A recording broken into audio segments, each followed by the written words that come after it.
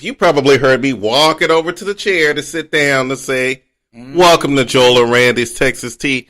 I'm your host, Joel Tatum. Miss Randy is being fabulous across the table as she usually is, because she's just who she is. Now, I had no idea I had such natural fabulous. You just have such natural fabulousness going on. Miss Pinky and Miss Chris couldn't be with us this time around, which is cool, because you know what? We going back to the old way of doing it. We going back to when it was just me and you, bitch. Exactly. Exactly. But you know what? There's an old expression. Opinions are like assholes. Everybody's got one. Well, in this case, opinions are assholes, and everybody needs at least two. Two more opinions. Which, by the way, you know what I'm saying? Which, by the way, I messed that up. By the way, that's fine. See, that's what I get for writing stuff down. I don't usually write anything down. It's usually all organic. That's fine, because this is episode 68, and that episode 68 is all about asses, bottoms, assholes, asses, and some anuses thrown in there if we have to. Some little anal retentiveness. Yes. Anything to do with the booty. That's what we're going to do on this episode. Okay, well, let me do this line the right way now, because it's in front of me, and I should be able to read it. Go ahead, girl. Okay. Go ahead. Opinions are truly like assholes. Sometimes you need more than one. Like today. Or at a bathhouse. That was supposed to be organic, and I wrote it down and fucked it up. That's fine. That's fine. So how was your week, girl? What's going on? Well, I have to say, I had a good week. I enjoyed Memorial Day weekend. Had the family together, and girl, we all got a little full and had a good time. And my mother, God bless her. Did somebody make an ass out of themselves this weekend? No, but my mother, when she gets a little too much in her, she talks a little too much and says shit. And one of our friends, she's a family friend. We've adopted her as a family member, because she just doesn't like a damn family. She's got them. She just don't want them. So she comes over to the house for holidays. Her name's, anyway, I won't say her name. Well, you don't know if people want their name said. So I'm not going to say her name. Anyway, the point is, we're sitting there talking, and my mother had said something, and then I said something back, and then she said, oh, and she laughed. She goes, you never have to worry about that. You're never going to be in love. You're never going to have a husband or anything like that anyway. Ass. And That's ass. And I was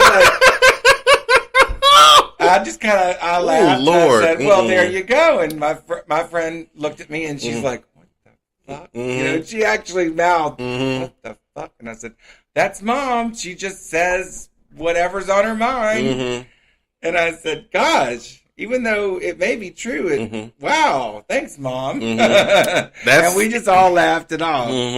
But she was shocked that I was a little shocked. I had no idea she was aware of the fact that I was never going to be in love. Nor did I have any idea that she would actually ever fucking say that. I know, right? And let's not give up. I haven't given up yet. Oh, no, honey. We are not in that stage where we are about to throw in the towel and say, fuck it. No, I'll live in a cave on the other side of the world in a mountain, just giving advice every time you climb up. Not this sister of the church. I haven't given up yet. You know, this reminds me of an incident that happened a few years ago with my stepmother. Now, she too had a little bit too much to drink. And she started spouting off on everybody that was sitting around her. And we were all looking at each other like, I can't believe Karen is going off like this. This woman talked about how I don't care about the family and I just do whatever I want to do. And if I had settled down and got married, maybe I wouldn't be such an ass and blah, blah, blah, blah, blah, blah, blah. And I went, okay, isn't this supposed to be a family barbecue? I didn't realize I was getting a counseling session at a family barbecue. Is it a family barbecue or an intervention? I know. But then she went off on everybody that was sitting around. And the man that she was dating at the time, he had to come to the table because, she just let everybody have it. Oh, wow. She was throwing teas and shades all over the place. And it kind of hurt my feelings a little bit. Oh yeah. And then I went, you know what? I'm gonna stop coming to these because y'all don't do nothing but act a fool every time I come over here. Mm-hmm. And Marcus and I were there, and Marcus was like, "Girl, I think we better go." And I'm like, "Girl, we're going to the bar because I can't deal with." Right. And you know, when I'm with my family, I don't drink that much. I might have 1 or 2 drinks, and that's it. Because I don't want to make a fool out of myself in front of them because that'll be a story they'll be telling for months. Yeah. This is what I call the women in this family have their own internet. They just they get on the phone and suddenly you tell one. If I need to tell one person something in that family, everybody knows about it in like 15 minutes. And I mean, they get on their phone. And now with cell phones, it's so much easier. Oh, yes. Indeed. Back in the day when it was landline, they had to call to make sure somebody was home first. Right. And then you get a busy signal. And then you get a business signal. Or you get the answer machine, and it's always the same thing. Girl, you need to call me. I got something to tell you. Right. Yeah. And I'm like, hey, Aunt Betty just called. She said she got something to tell you. Well, you know, I wasn't really terribly taken aback, really, as much as my friend was. I know my mama. I know she gets a few drinks in her and she starts telling tea and telling her tea. And that's her tea. That's not mine. I don't own that. Well, you know what? So, yeah, I thought it was. It is funny, but it makes you realize. It makes you realize that you no longer, when you reach a certain age with your parents, you are no longer the child parent. You no longer have the same child parent relationship. Oh no, we're now friends. You're adults. We're friends. You're adults, and you realize that sometimes. And sometimes can act a fool. Sometimes you go, what an ass. You didn't. That was not necessary. Yeah. You need to bring that down a notch. I don't know who you think you talking to, but I can get up here and leave anytime I feel like it. I'm not stuck having to listen to this. I can get up and leave whenever I feel like it. So y'all need to. I'm being insensitive to the microphone and crunching ice. I'm so sorry. I didn't even think about it. And the audience. I have a sister who cannot stand the sound of ice crunching. And if you're crunching ice all the way across the room, she will call out, "Don't crunch ice in my house." Well, she couldn't sit around a table with her house. With my nieces because that's all they do. They'll sit around. It's funny. They'll all have their little plastic cups or little styrofoam cups with nothing but ice, and they'll just sit around chewing ice and talking smack about who. It'll be crunch, crunch. Girl, let me crunch, crunch, crunch, crunch. Girl, let me tell you something. And blah, blah, blah. And then her man did this crunching ice in between. And I'm like, oh, look at that. At least they're not. The ice queens. The ice queens are sitting around talking. At least they're not popping gum because I don't like no popping. Little girl, you better stop popping that gum. I know. I am not a big fan of the popping of the gum. Yeah, I hope people understand that reference. But I am not a big fan because I'm gonna be honest. As in my culture, when the gum starts popping, somebody's mad. Somebody's getting ready to say something, and you just got to stand back and go, "Ooh, that gum is popping pretty hard. I might want to walk out of this room right now because that gum is popping pretty hard." You know, I have an aunt. I have an aunt, and my whole life, she's chewed Wrigley's spearmint gum, and girl, she knows how to do it to make it to where she pops her gum every chew, pop, pop, pop, pop, pop, pop, pop. Every time she puts her teeth down, it's pop, pop, and I didn't. It never bothered me. It bothered my father, but it never bothered me. He cringes, but it never even bothered me. I enjoyed it actually because it's sort of her thing. You know what I mean? Singing and popping gum. Singing gospel and popping gum. Praise the Lord. And pass the hymnal. Did you grow up in a pickle household? A pickle household. Oh, okay. A pickle household is when all the girls used to run down to the store and buy those big giant dill pickles. You know those dill pickles that came in the package that were like pickles. Yes, they were like sell them at school in Ruston, Louisiana. Yeah, they was, And it takes a Southern school to do that. Mm-hmm. And they would go, and this was my first time seeing Southern girls, because in Kansas and the rest, big pickle bitch. Yeah, in Kansas and rest, nobody went to the. Who goes to the store to buy a damn pickle? Mm-hmm. But we would go after school, and these girls would get a pickle. They would get a pickle and a peppermint stick. And what they would do is they would cut the top off of the pickle, stick that peppermint stick in the middle, and just go to town on it. And I thought that was the oddest thing I had ever seen. And I said, well, you know what? Let me see what this is all about. And I tried one, spit that shit out. That shit was nasty as fuck. I'm like, how do these girls Louisiana, do this? The girls would get the pickles and Kool-Aid. Mm-hmm.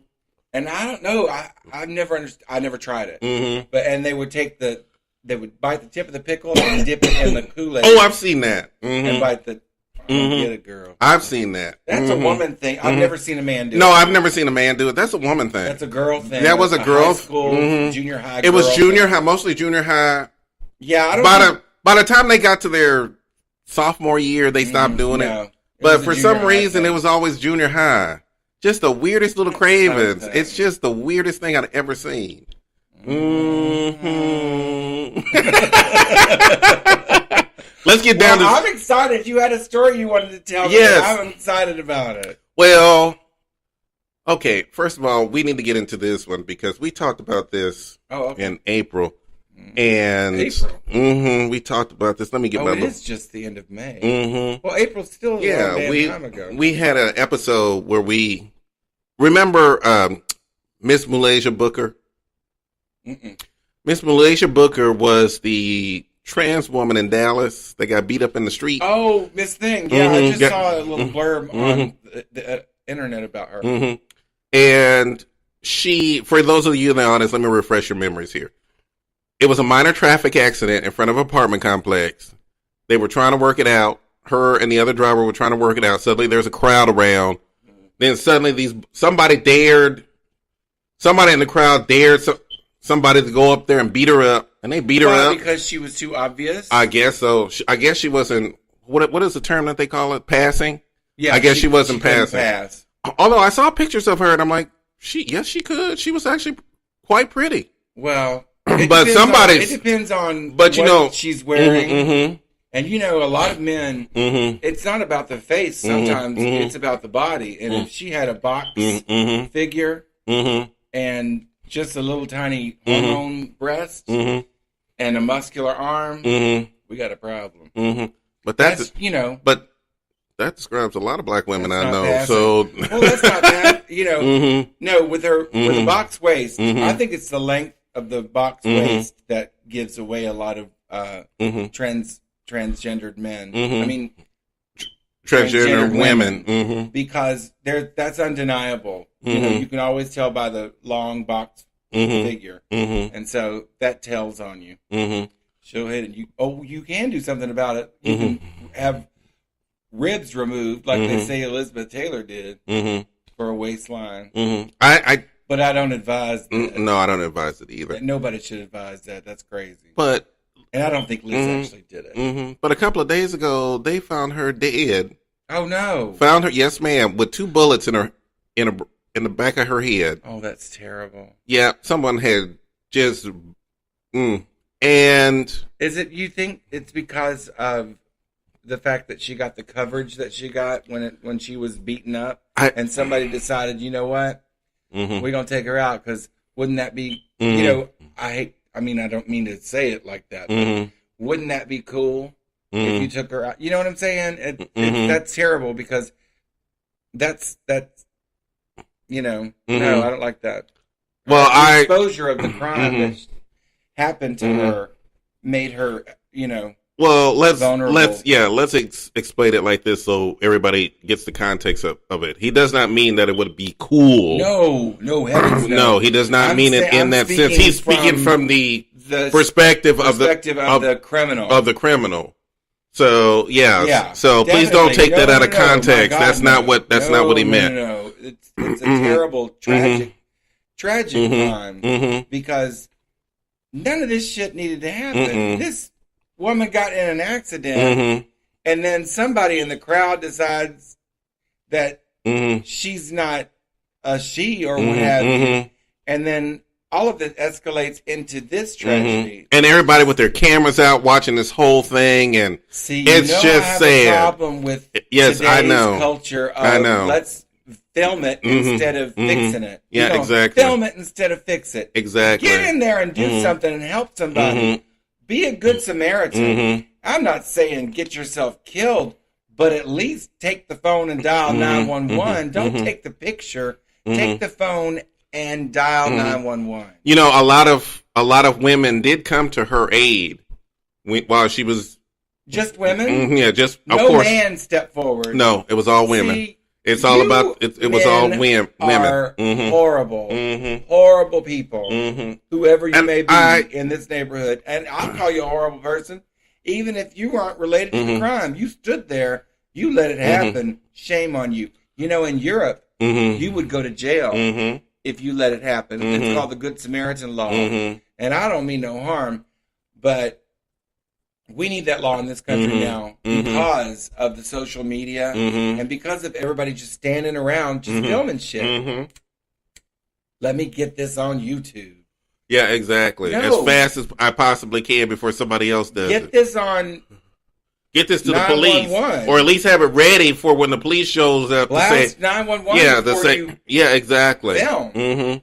But you know the the thing is that this is so sad. It's disgusting. This is disgusting because when it was the first time that we had seen people get really upset. I mean, really upset, and this is Dallas, and even the mayor of Dallas was all verklempt about the fact that this had happened, and he should be because the city is terrible. And if I recall, now I might be wrong, but you know they had her funeral, and a lot of people spoke at her funeral, and the mayor of Dallas had some kind words to say about the whole thing. But he's also like, "We gonna find this person. We are going to find this person." Well, you know, it's somebody in the crowd from the outset. From when it happened in the first place. You know it's somebody from that crowd. And it might even be the man who assaulted her or a friend of his or a cousin or whatever. It could be. And y'all need to find... This is getting out of hand. And, you know, Randy and I made the decision a while back that we weren't going to get too into the trans community too much. Because as gay men, we feel like we need to fix our own house first, right? Before we can help everybody else. It's not our place to fix anything. I mean, we are here as your allies, and of course, we have always been your allies, and we love you. We will always be your allies. But there are some things that we can't fix. Well, that we just don't understand. We just don't understand. What? I can't walk a mile in those shoes, girl. They won't fit. Exactly. And what I mean by that is I can't wear pumps, girl. I have arthritis. So they might fit those. Some of those girls have big feet. You know, I wear a size 13. It's hard to find. All I would like to say to the trans community is we've been through this with Paul Broussard. We've been through this with Matthew Shepard. Y'all this needs to be your Matthew Shepard. This seriously needs to be your Matthew Shepard. Y'all have got to really get now. See, we're doing it. We shouldn't be doing it. But the truth is, y'all need some help, and it's going to take y'all. So, and this is rally together. And for me, this is even more. I'm not going to say personal, but this hurts me more because this is yet another transgendered woman of color that we have lost again. It seems like every time I read the news, another transgender woman of color. She got to be of color because it always is. You know what I'm saying? Is why? Why? Exactly. Exactly. Why does it always have to be? And I'm not saying. I don't want white transgender women to be. Yeah, I know. I don't want that to happen. I don't want that to happen. I don't want that to happen. I don't want y'all to start. But what is it? To start beating up white people? Yeah, exactly. But the thing is that. What is it about transgender women of color that they are so vile that you have to go out and kill them? Well, that's just terrible. I think the weirdest thing is the transgender women of color aren't getting beaten up. It's not like the Klans out there whooping their asses. This is the black community whooping their asses. Yeah, exactly. So I don't understand that. And I've never been a proponent of I am my brother's keeper. And you know what I mean by that. I mean that I'm not saying the black community needs to police the black community, and that's not what I'm saying. Because I'm not my brother's keeper, and neither are you. But I think as human beings, as people of the world, we need to figure this out. Yeah, we do. And like I said, this needs to be, like I said, a Matthew Shepard, Paul Broussard kind of moment. Y'all need to get out in the streets and start protesting. Y'all need to take care of each other. Y'all, that's what y'all need to do. And we're gonna leave it on this note because, like I said, we on this show we don't get involved in lesbian issues because we're men and we don't understand. I don't understand some of their issues. Lesbians are cousins, so to speak. Girl, not cousins. Not cousins. Cousins. If you were going to do a family, maybe cousins. Cousins actually fits because cousins do you dirty sometimes. But you love your cousin. But you love your cousins. But you love your cousins. So, and I ain't never said. I'm not saying no lesbians ever done me dirty because I love everybody. I love everybody. Yeah, exactly. It was, by the way, it was a bunch of lesbians who formed a caucus in Texas to protect everybody's rights. So, shout out to the lesbians. Shout out to lesbians. Shout out to lesbians always because we love y'all more than anything else. But we gonna get down to y'all. Forget my phone ringing in the background. I don't know why you never put that phone on silent, girl. I don't either, and no motherfucker ever calls me. And I know it's just salespeople. And this is one of those asshole moments that I want to talk about because lately, and I think this might be happening to a lot of people. Lately, I'm getting phone calls about college loans. I'm getting phone calls about insurance. I'm getting phone calls about traveling. I'm like, how are these people? Why are these people calling me at all times of the day? Joe, I get phone calls about servicing my car. It is time for my car to be serviced. Bitch, I'm on the goddamn metro. I'm not servicing no damn car. And I get calls. You can refinance your home loan. It's like, what in the hell is going on? Y'all know I don't own no damn home. Exactly. So I'm getting phone calls for all kinds of stuff for things that, TripAdvisor is the one that really, I don't even know, I don't even want to say piss me off. What I really want to say is, wait, TripAdvisor, why are you calling me? Oh, I get it. You must have went to my Facebook page. Oh, and saw all the trips that I've been taking. Which, by the way, thank you, Mark Zuckerberg. Thank you for that, Mark Zuckerberg. Because now I'm getting all these calls from TripAdvisors asking me what trip I'm going to go on next. I'm like, how the hell do they know I'm going on trips? They know. And they know, and they don't know shit about me, except for this show, because I don't do nothing. I don't do nothing because I can't afford nothing. But no, what I mean is I don't put anything on Facebook that I do. You know me. This is not a life lived on Facebook. I will say this. That when we went to Miami and I did that little video in the hotel, and one of my friends, well, he's not really a friend, but one of the guys at work, he's a regular, and he's like, you know what? Ever since you did that video, now I feel like I felt like you did a commercial for that hotel because you were so excited about that hotel and the beach. You were describing everything. See it because my phone doesn't do that. And you were describing everything. Handle videos like you were on a commercial. I so want to go to that. I booked myself into that hotel for the week. So I'm like, Hilton, you owe me some money. Hilton owes you some money. Hilton owes me and Miss David White some money. David White.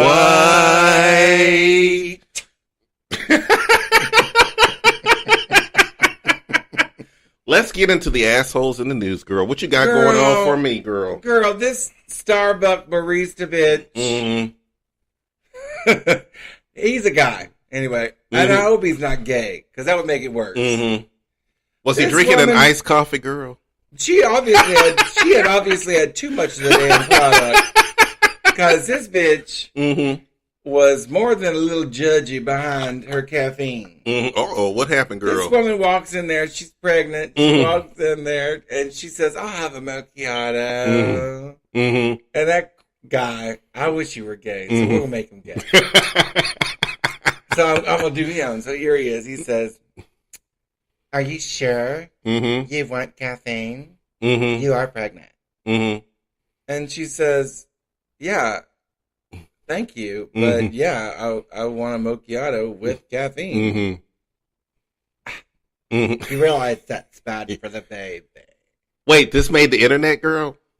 Yes. It's amazing what makes the internet this now, there's no film. There's no film. This is a woman who's telling the story that happened to this other woman, and she was behind her, and then she had to interject, but she put it all on Twitter.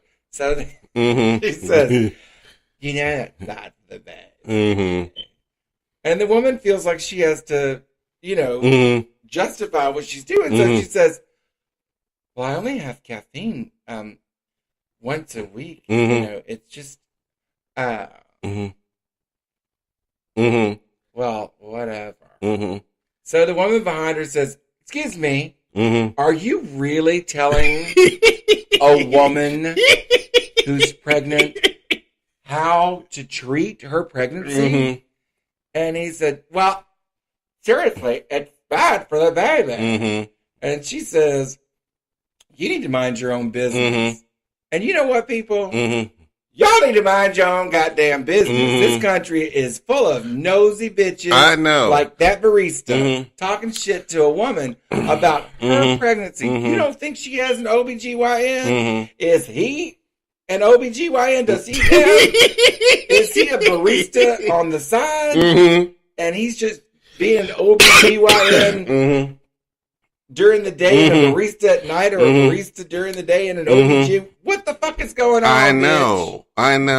But you know what? The funny thing is, this seems to be for the first time, I'm starting to read. For the show, I have to read a lot of stuff. I'm always on the internet, so I'm always reading news. So I have to read a lot of stuff, and I have to sift through a lot of stuff. And this seems like a thing that men do to women all the time. This really does seem like there was a woman on the bus putting on her makeup, minding her own business, putting on her makeup, and a man walks up to her and says, oh, I like it when my women are natural looking. What? And she looked at him, she had her compact in her hand, looked over her compact and said, oh, I like it when men are silent. Thank you. And went back to putting on her makeup. And I said, and I saw all the tweets afterwards. And you know what? This seems to be a thing. Well, I do have to say, I would never say anything. But no self-respecting proper lady does her makeup in public. No self-respecting proper drag queen does their makeup in public. Girl, it's supposed to be an illusion. You don't leave the house without your makeup and do it on the goddamn bus. Now, that being said, I would never say anything to call her out. I would simply quietly judge her, possibly pray for her, but I would never call her out for it. I would do the Southern Baptist thing, honey. Look, I have wrote Metro. Oh, wait. That's not true. The Southern Baptists might say something because you know how they are. They don't pray for folks. Not really. They just judge. Anyway. But I have been on the bus many times where I've seen women putting on makeup, and I don't know about all this lady stuff, but all I know is that I don't care. It ain't none of my business. Put your makeup on. Put your makeup off. Do whatever you want to do, girl. That's you. Me. That's my thing. That's I you, say anything, girl. I don't have nothing to say. And What could I possibly say? He's lucky he didn't get popped. He's lucky because, I don't understand the boldness of men walking up to women, telling them they need to smile more. I have never told a woman that she needed. That? You would be so pretty if you smiled more. What? Maybe some men consider that being flirtatious, and that sounds like kind of like he was trying to be flirtatious. But are you kidding? How is that flirtation? Telling a woman she can't put her makeup on the bus. You know what? He's so stupid. He thinks that he thinks that she might like a controlling dumb asshole for a mate. I have to say this, and I cannot believe I'm saying this. I am glad to be a gay man. Because heterosexual men are idiots. I'm always glad. I have never seen the idiocy of heterosexual men as I do. I see it at work. I see it on the bus. I see it everywhere. And these stories that I read about on Twitter and the rest of that stuff, I'm like, oh, I know. Oh, I've seen that. Oh, I've seen that. Oh, I've seen that. And I'm like, wait.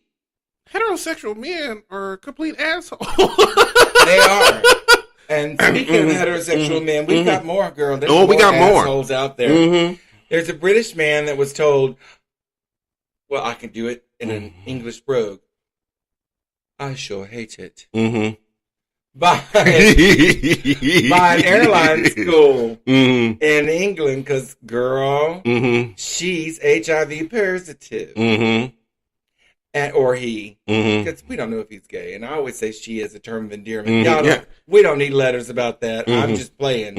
Anyway, he's HIV positive. You know, HIV, the virus that causes AIDS. Oh, girl. I think everybody knows that. This anonymous man was offered a spot in airline training school after, to get his license, after he had studied to be a pilot, and the Civil Aviation Authority had said, hate it. You can't join us because it's against European Aviation Safety Agency's rule and regulation. They also deny type 1 diabetics and anyone who's had an organ transplant in the past. I don't know. Now, see, the organ transplant and the type 1 diabetic, I'm not sure. I mean, how do you feel about it? I'm not sure. You know what I mean? Because with type 1 diabetes, you are prone, things happen, girl. Yeah, exactly. Sugar gets off and you don't have any way to control. Maybe you don't have your insulin. Shit happens. And then with the transplant dude, girl, sometimes Miss Liver says no. They put a new one in and the new one says, girl, I got to go. This place is dirty as hell. I can't clean this shit up. Why am I here? This motherfucker's, his body is too dirty for me to handle. And Miss Livers just says goodbye. Yeah, exactly. So, or Miss Kidneys or Miss Lungs. The problem I have, though, with that is a person who has HIV, I don't see that happening. Not with the way the meds are with HIV and stuff like that. Yeah, exactly. Now. I don't see that as a problem. Now, I'm sorry. Miss Type 1 Diabetes, girl, you got sashay away, honey. And and I don't mean no harm, but sashay away, bitch. And Miss Organ Transplant, again, Shantae, you cannot stay. Yeah, exactly.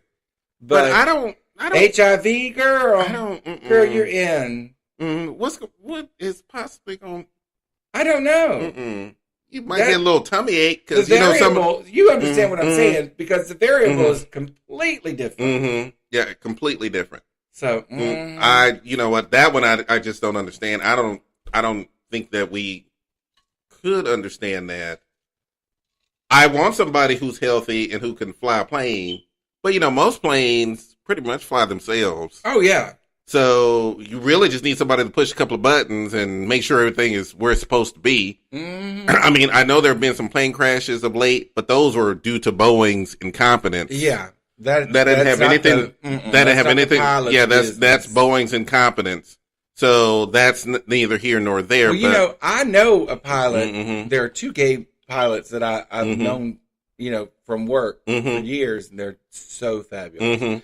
Well, anyway. Girl, back in the early 2000s, when there was this big scandal about the pilots being drunk and shit, the pilots that I talked to said, we were always drunk in the 70s. These are older men. Girl, we had martinis. They had a lounge for us. We had martinis and stuff like that to put a little chill on before we got on the plane. Sometimes the pilots were so drunk they could hardly get on the plane. But that's okay because the planes fly themselves practically. And that was in the late 70s.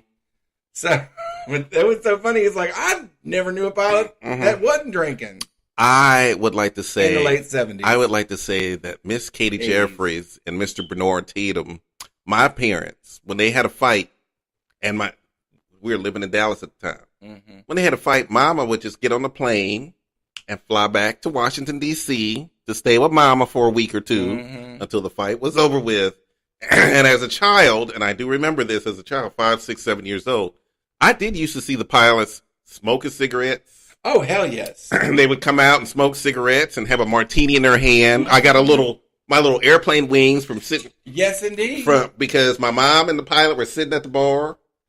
They weren't sitting at the bar, but they were talking. The pilot would come out and just talk to the passengers, make sure everybody was okay and this and that. And he'd have his little drink in his hand and just smoking away. And I got my little airplane wings. I thought it was the cutest thing because I have my little wings and I'm feeling all flighty and everything else. Yes, indeed. So So back in the day, yes, I remember when that was a thing. Oh, it was a thing. No, girl, they had a flight. They had a lounge back in the day. Back in the the 70s and the late 60s and the 70s were so cool. Unless you were black. They were, and even then, they were kind of cool in the late 70s for black people.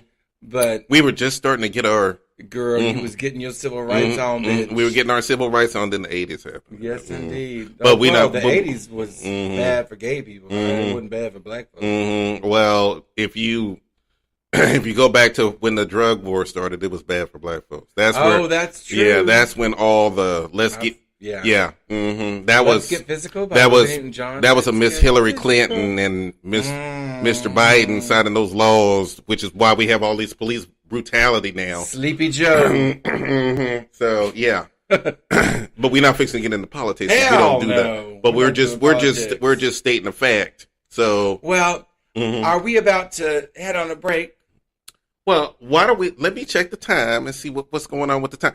Because I don't mean no harm, but here, audience. I'm having a phone call from Mother Nature. Here, audience, you're gonna hear my flip flops as I walk across the floor to check the time. Girl, they've been listening to my eyes clinking this metal glass all this time. They can handle it. I'm out of my chair, and she's wearing my goddamn shoes. Oh yes, it is time for break, girl. It's time for break. So we're gonna take a little bit of a break. We're gonna get into the second half of the show. We're gonna have some fun. We're gonna talk bottoming and sex. I don't know about that. We're gonna have some fun. I got some little tidbits and tips. We're not doing trivia, but we're gonna have some. I have some tips on how to be a better bottom and all this other stuff. We're gonna have a little bit of fun. I will try to refrain from clinking and biting ice. I mean, crunching ice. But listen, think of the clinking thing as sort of a comforting sound. Randy, take us out to break. All right, we are going to break, honey. And we'll see y'all behind 5-10 minutes. All right. Hey, y'all, we're back, and we're ready to talk about all kinds of good stuff, honey. We're going to talk about some more assholes right now, though. So I'm going to throw this in here. So here's some. I was reading several articles online, and Out Magazine has this thing, 17 tips on how to be a better bottom. Oh no. Yes, ma'am. And now look, I'm going to tell y'all right now, I'm not fixing to read all 17 tips. That's just not going to happen. Y'all need to go to Out Magazine online and look up 17 tips for bottoming. But I do have a few here that I thought were of interest to the show because I'm sure we have something to say about some of these tips. Well, we have something to say about everything. That's why we're here. Yes, darling. That's why we're here, darlings.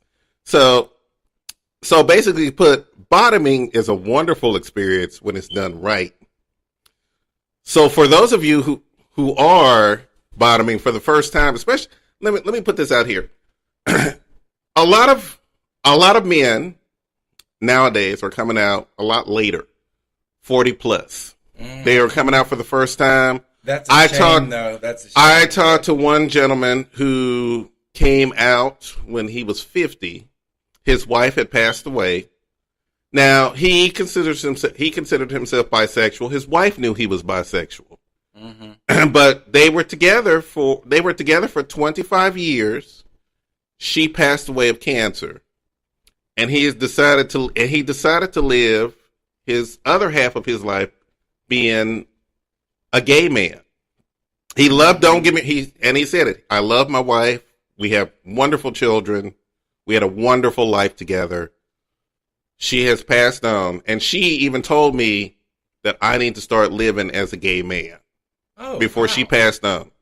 And I thought it was the most wonderful thing. So for some of you men who are coming out a little later in life, this is especially good for you if you are deciding that you want to try the bottom experience. Let me tell you something about the bottom experience over men. Oh, yes, and call me. Anyway. Give Miss Randy a call. Shout out to us on Facebook, Joel now and that Randy. You know who you are. Call me. Joel and Randy's Texas Tea. Joel and Randy Show 1 on Instagram. Interrupt the. Okay. And Joel and Randy Show 1 on Twitter. So just let us know if you are bottoming for the first. If you're a man of age and you're thinking about bottoming for the first time, we got a couple of tips for you. Oh, I got a tip for you. Oh, yes. Oh, yes. More than the tip. So, like I said, we are not, just a disclaimer, we are not proctologists. Just go to Out Magazine, read their advice. He does, the author of the article does put out a little warning beforehand to let you know that if this article is too much for you, don't read it. Okay, well, what are some of the tips? Okay, so let's just go with a few tips from the article. Let me find my tips here. Sorry. Tip 1, and I think we can all agree on this. The first time that you bottom, have a good time. Relax. Well, you have to relax. If you need, have yourself a glass of wine. But you know what you need to do, y'all? Have the wine for sure. Have the wine for sure. Have a glass of wine. Have a bottle of wine if you need have to. The wine and have the weed. Because have the wine and the weed. Actually, I want you to have hard liquor. But have the liquor and the weed, girl. And this is my tip. So that's my tip for now. Anyway, go ahead. Well, for me, I want you to have a good time. Try not to drink too much. You want to remember the experience. Yeah, don't drink too much. Smoke all you want, but don't drink too much. Yeah, don't drink too much. Maybe 1 or 2 to kind of relax the body a little bit, relax the soul a little bit. And then you don't forget your first time. I'm not going to tell you about my first time, but I'm telling you, I'll never forget my first time. So there was weed and booze, and it was 2 men. Ooh, we're gonna have to hear that story later. No, but anyway, just have a good time, relax, and remember to communicate. You don't know what you're doing. The other person might know what he's doing, but Tops always, Tops just won't get in there and get stuff done. They sometimes need to be told, hold them up. Yeah, but hold it up. This is the first time. You have to get the right. You have to listen. I was fortunate. You have to get the right tops. Yes. In my case, but you have to get the right 2 men. Let's go with 1 man if you're inexperienced. Let's just go for 1 man. I highly recommend 2. I know, dear, but I highly recommend these boys and men. It's an experience you will not forget. You will not forget it. So just have yourself a good time and take it easy, relax, because let me tell you something. It is not a vagina. It does not just slide right on. It's way more complex than you would have. Can even imagine than a vagina. Way better. So Here's another tip that I thought was actually kind of interesting, and I can't believe I'm saying this, but I might actually want to try this. Because, I occasionally bottom, but I don't bottom enough so that when those moments do come up, we have a little bit of a hard time because, I'm, Girl, she's just trying to say she tight. We understand what you're saying, girl. So, toys are not a bad idea, especially now. We talked about this before. Butt plugs are a great idea. We talked about this. Butt plugs are a great idea because I did not know this. Do you realize that the sphincter is the strongest muscle in your body? It is the strongest muscle. So you have to learn how to relax that thing. You got to learn how to relax it. You also need to learn how to clench it up. Yes, exactly. You need to know how to loosen it up and clench it up and loosen it up and clench it up. Clench it up so that man knows he's fucking something. Yeah, exactly. Girl, you got me talking about this. Stop making me talk about this. But toys. I wanted some family members to be able to listen to this show. But you know what? Do you know even my gay cousin won't listen to this show because it's too damn dirty for him?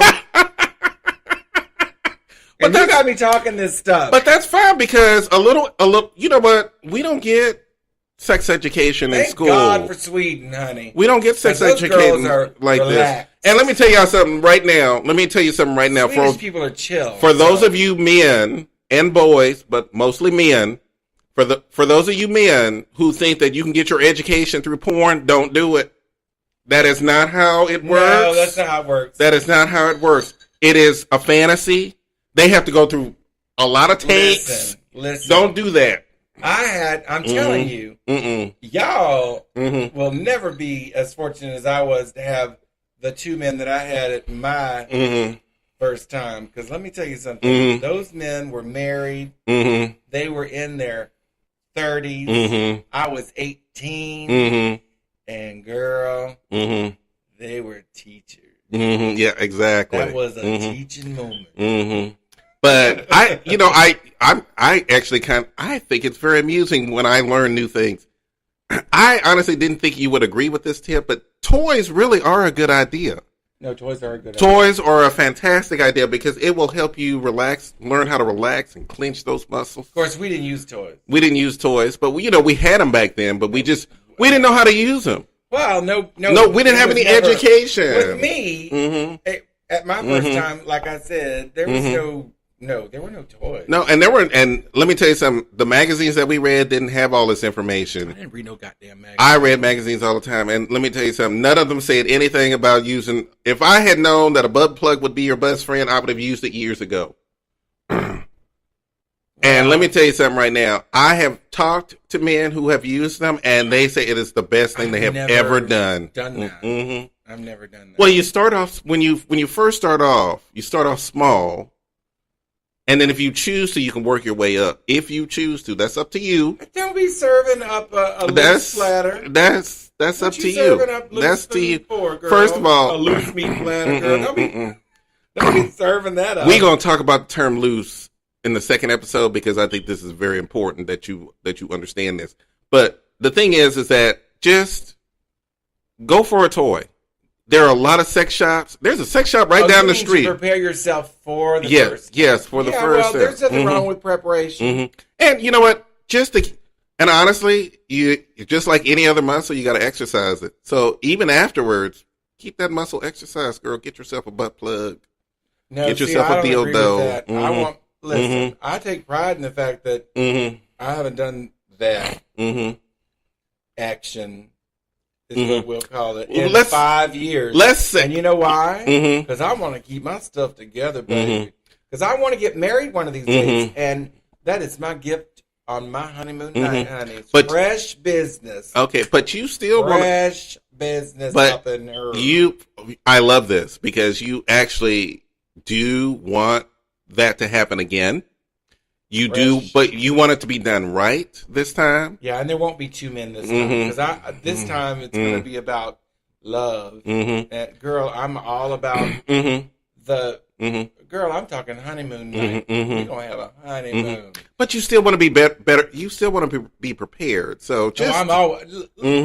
It's like riding a bike without a seat.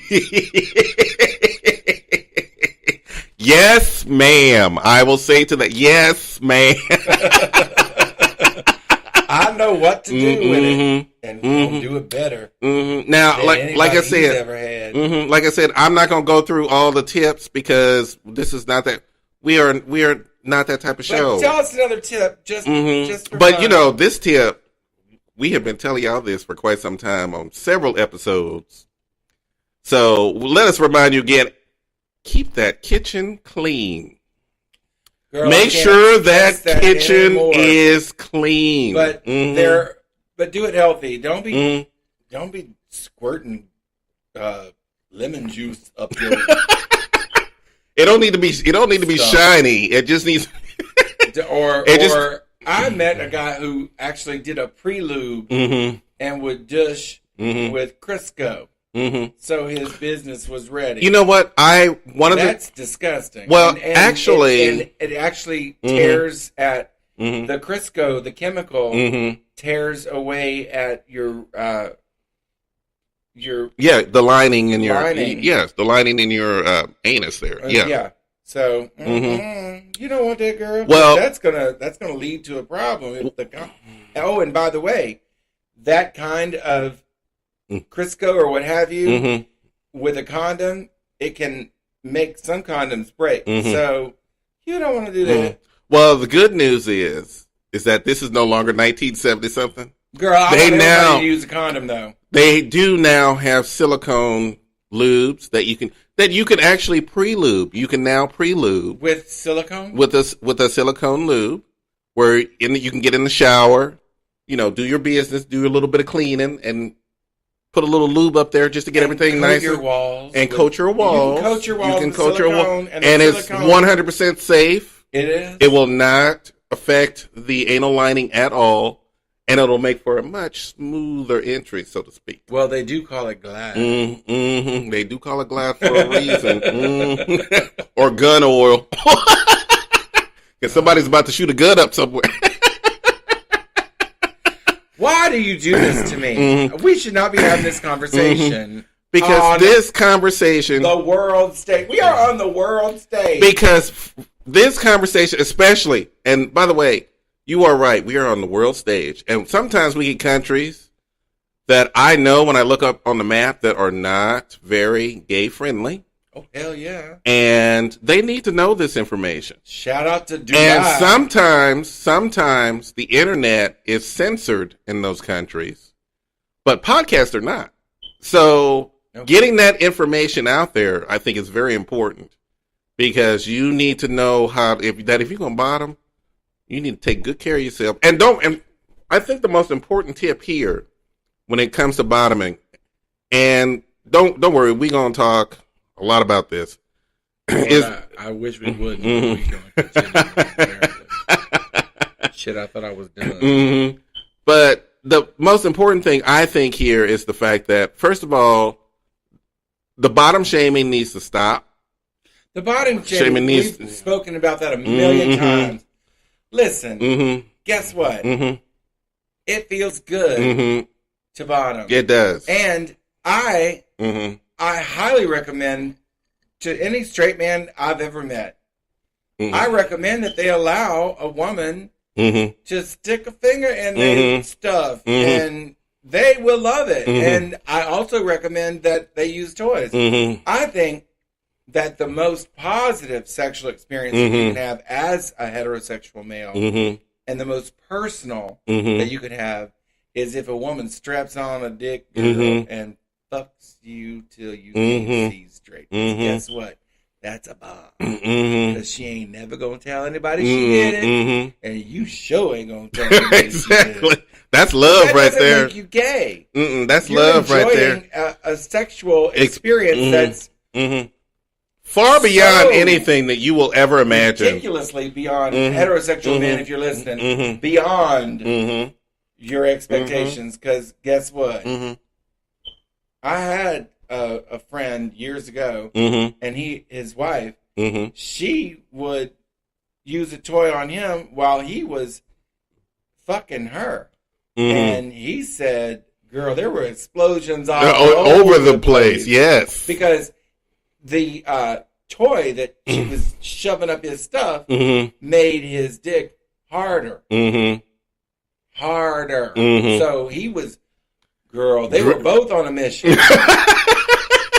And she loved the aspect of the ecstasy that he felt. So if I could do anything right now about this with this show, I would recommend that you send your wife to the nearest store that sells strap-ons that you can find and let her strap it on and ride your ass all the way home. Now, remember, tell your wives not to go crazy. Don't have her come home with some big black 19-inch dildo. And it doesn't matter what color it is. I don't know why. No, commercially. You know, in movies and stuff, they always bring home a black dildo. Black dildo. It could be purple. It could be purple, whatever. I'm not saying that in any kind of racial context. I'm just saying. I know you're not, but I'm just saying. Don't come home.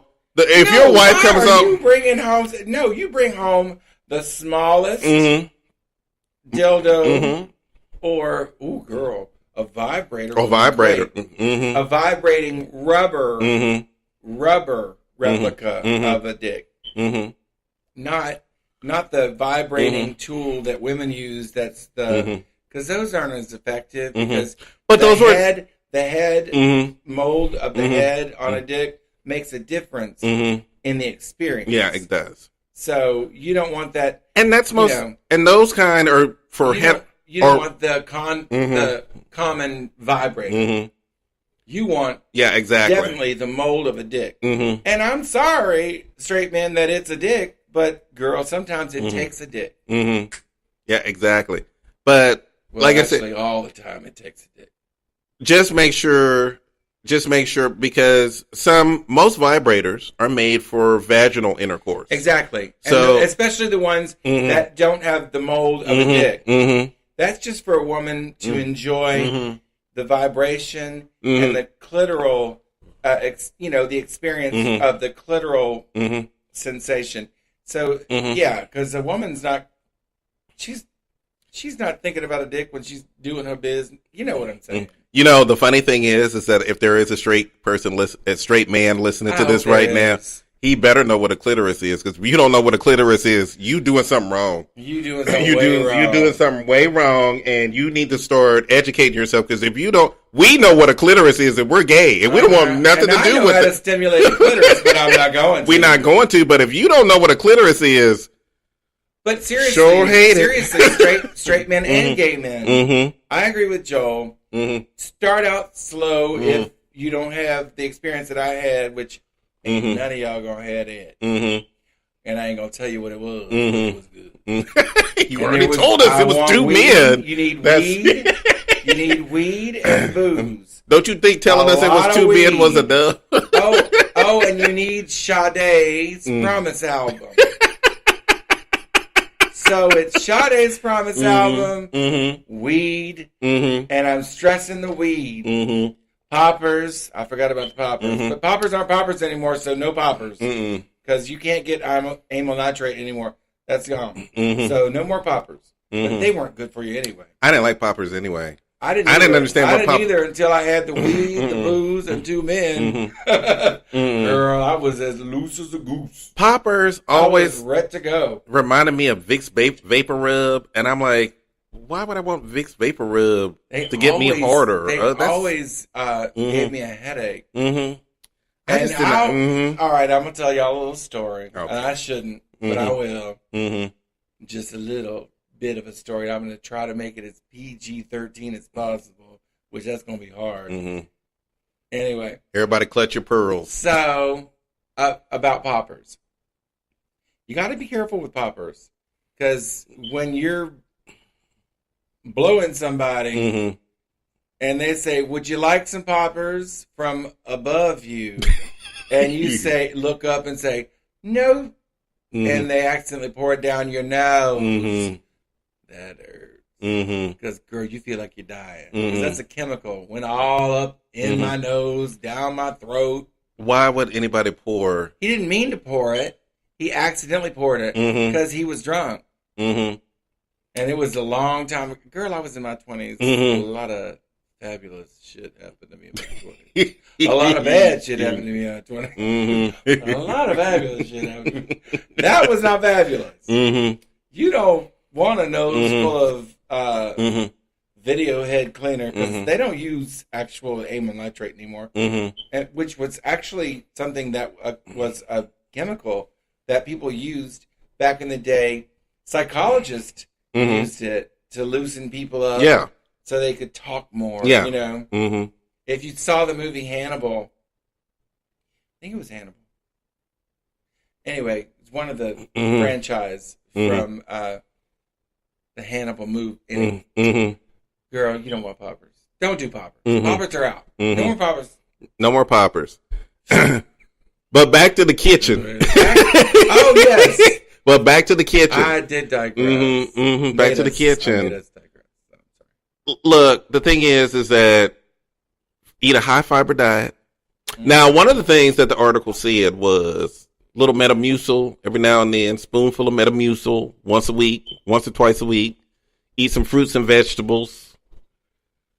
Do that kind of thing, and you will always stay clean. And for those emergencies where you just met somebody at the bar, y'all are having a good conversation, he wants to take you back to the house, but you just had Mexican food 3 hours beforehand. Just say no, girl. Just say no, because you don't want to serve up peanut butter and jelly. You don't want to, but there are little bulbs that you can buy. What? To kind of flush you out a little bit. What?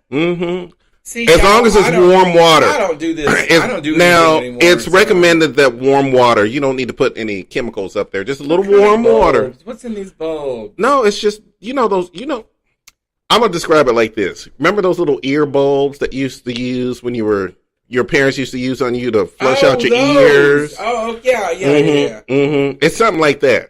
You just fill it up with water and give yourself a quick little squirt, get yourself nice and clean, and then go on about your business. Now, what if it gets up in there and you can't get it out? What if you squirt water up in there and then no water comes out? Then you got some problems. Then you got to say, no thank you. No thank you. I'm just going to suck it tonight. I had some Italian food. Ooh! You don't want to go there. I had some spicy curry earlier. Listen, all right. I had some spicy curry earlier. We can't be doing all of that. I'm pulling up my pants legs a little bit.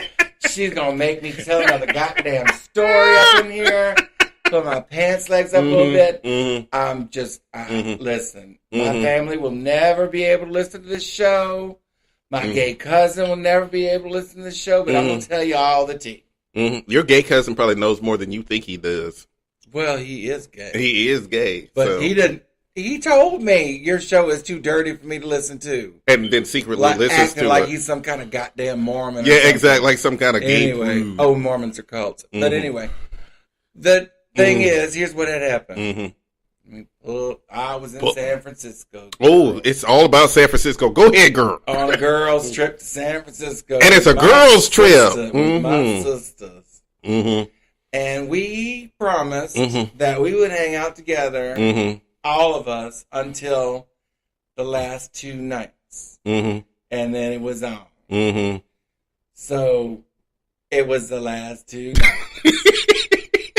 And I had gone all the way to San Francisco to meet a man who was so beautiful. 6'6". What? Get out of here. 6'6", cowboy hat, Wranglers, at a bar in San Francisco. Yes, only I could go all the way to San Francisco to meet a goddamn man from Texas. What was the point, girl? Right? He was fine as hell. But I couldn't take him back to my motel because, bitch, if you've ever been to San Francisco, you know if you don't have a lot of money, you stay in a motel, honey. We were in Ghirardelli Square at a motel that was $800 a night. That was a motel? A travel lodge, bitch. $800 a night? Yes. in Ghirardelli Square. Yes. Bitch, $800 a night for a motel in San Francisco. Wait. It was not $800 a night. No, it was $350. That was over. That's $1,200. That's almost $1,300, girl. What? Anyway, girl, that's not the point. Mm-hmm. San Francisco is expensive. Mm-hmm. Anyway, so we had to go somewhere other than the motel. Mm-hmm. And so there were all these flyers on the ground Mm-hmm. about a place called the Black House. Mm-hmm. You couldn't find the flyers up on, Mm-hmm. anywhere else but on the ground. Mm-hmm. So we went to the Black House, and it was so fun. Mm-hmm. Oh, my God. You knock on the door. Girl, it's in this fabulous neighborhood Mm-hmm. where all these brownstones are, Uh-huh. And you knock on the door, and this queen answers the door. Oh, my God. I'm so glad you're here. Welcome to the party. Mm-hmm. Like, she's expecting us. Mm-hmm. And then she leads us up the stairs, Mm-hmm. and then we get to the place where you pay, Mm-hmm. and we paid $10. $10, girl. This was in the 90s. Mm-hmm. So we paid $10, and it was a sex club. Mm-hmm. Duh. Well, anyway, we went in and had our fun, Mm-hmm. but... Did you get some sex in the sex club? We're talking about the kitchen. So anyway, the kitchen, I thought the kitchen was clean. Mm-hmm. But then I had a sensation Mm-hmm. in the kitchen. Mm-hmm. Somebody was in the back of the kitchen. Two somebodies were in the back of the kitchen. I could feel them. Mm-hmm. I was like, girl, why are y'all here? Mm-hmm. I'm in San Francisco. I'm on vacation. I'm trying to bottom. Why are y'all bothering me? Mm-hmm. So I didn't have that squirt device. Mm-hmm. If I had, Mm-hmm. things would have been different. It would have been on. But I had to tell that man Mm-hmm. with his, ooh, my Mm-hmm. goodness, his, ooh, Mm-hmm. just, it was beautiful. Mm-hmm. And it was big. Mm-hmm. And I wanted it. But I had to say no. Because I had a couple of people in my kitchen. Mm-hmm. If you know what I mean. Yes, I know what you mean. I think everybody does. Mm. And so I had to say, tell it lie. And say, oh, Mm-hmm. I love it. It's just, I can't. It's just too, as I'm in a fucking sling. Mm-hmm. And I'm like, it's just too big. Mm-hmm. I'm just going to have to suck it. Mm-hmm. So I had to suck. Oh, I'm so Isn't that a I'm tragic? so That's sorry. kind of a tragic That is story. the most tragic bottom story I have know, ever but heard. You got to keep your kitchen clean, girl. Else you gonna wind up in San Francisco on your vacation, and you can't have nobody up in your stuff. Mm-hmm. That's what you get for Girl, eating. I'm full of regret. Mm-hmm. You were full of something, but not what you wanted.